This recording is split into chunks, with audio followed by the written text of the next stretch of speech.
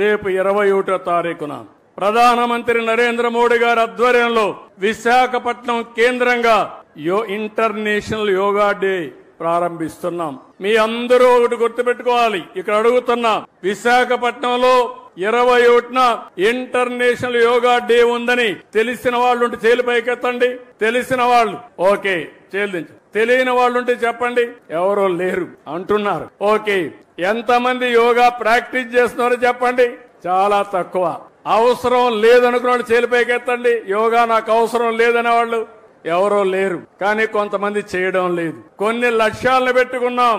రాష్ట్రం మొత్తం ఆ రోజున 1 లక్ష కేంద్రాల్లో యోగా ప్రాక్టీస్ చేసి గిన్నిస్ రికార్డ్ బ్రేక్ చేయాలని ఒక లక్ష్యాన్ని పెట్టుకున్నాం.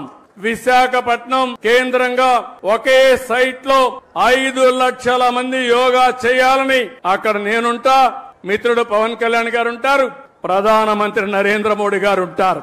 ఇంకో పక్కన 2 కోట్ల మంది 1 లక్ష ప్లేసెస్ లో యోగా ప్రాక్టీస్ చేయబోతున్నారు. ఇది ప్రపంచ రికార్డు.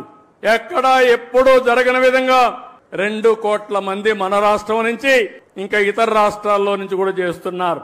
ఇది కాకుండా ఇంకొక పక్కన మీరు ఆలోచిస్తే మొత్తం దగ్గర 25 లక్షల మంది యోగా సర్టిఫికెట్స్ తీసుకుంటున్నారు. కనీసం 3 రోజులు ప్రాక్టీస్ చేసి యోగా సర్టిఫికెట్ ఇస్తారు. అదే సమయంలో ఆయుష్ ద్వారా యోగాని ప్రతి ఒక్క ఇంటికి చేర్చడానికి ఆఫ్లైన్ ఆన్లైన్ అంటే ఫిజికల్ గా ట్రైనింగ్ ఇవ్వడం, ఓసారి ఆన్లైన్ ద్వారా ట్రైనింగ్ ఇవ్వడానికి కార్యక్రమాలు చేపడుతున్నాం. యోగా అనేది మన జీవితంలో భాగం కావాలి. యోగా ద్వారా మీ ఆరోగ్యాన్ని పెంచుకునే పరిస్థితి వస్తుంది. ఇప్పుడు నేను చెప్పిన అన్ని కార్యక్రమాలు మీరు గాని కనెక్ట్ చేసుకుంటే మీ జీవితంలో చాలా వెసులుబాటు వస్తుంది.